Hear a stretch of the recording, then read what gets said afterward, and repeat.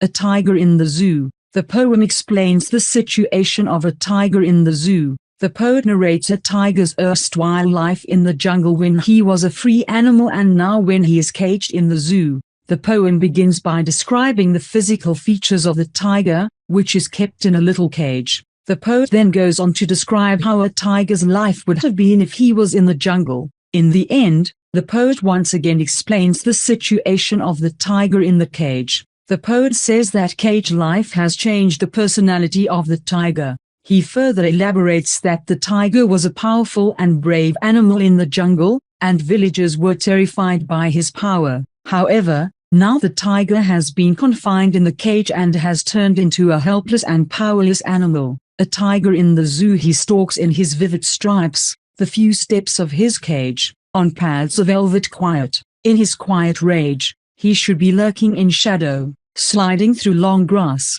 near the water hole, where plump deer pass. He should be snarling around houses, at the jungle's edge, baring his white fangs, his claws, terrorizing the village. But he's locked in a concrete cell, his strength behind bars, stalking the length of his cage, ignoring visitors. He hears the last voice at night, the patrolling cars, and stares with his brilliant eyes at the brilliant stars. Leslie Norris. In the opening stanza, the poet describes the appearance of the tiger in the zoo. He says that the stripes on the tiger's body are visible from a far distance. These stripes are darker in color than the rest of his body structure. The tiger moves in the cage but can walk only a few steps as the cage is small. He walks quietly due to its smooth velvet pads. The tiger is full of anger, but he suppresses it due to his helplessness. In the second stanza, the poet imagines the life of the tiger in the jungle. He describes the other side of the tiger when he is a free animal.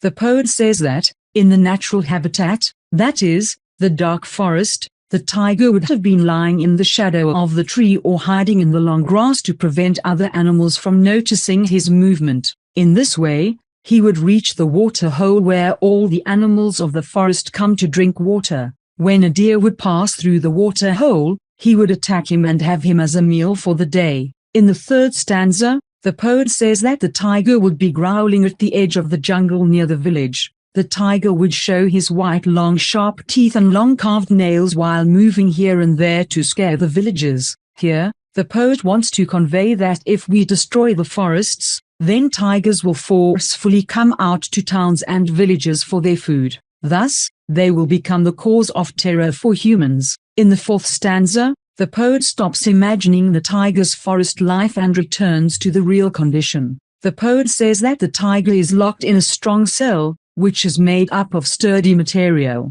He has all the strength and power, but he is still behind bars. The tiger moves slowly and quietly in his cage and pays no attention to people who are coming to see him. In the last stanza, the poet says that the tiger does not sleep at night. He hears the sound of the patrolling car. The noise of the patrolling car disturbs the tiger and does not allow him to sleep. He keeps staring at the stars with his brilliant eyes. He gets lost in his thoughts and wonders why he has been imprisoned in the cage.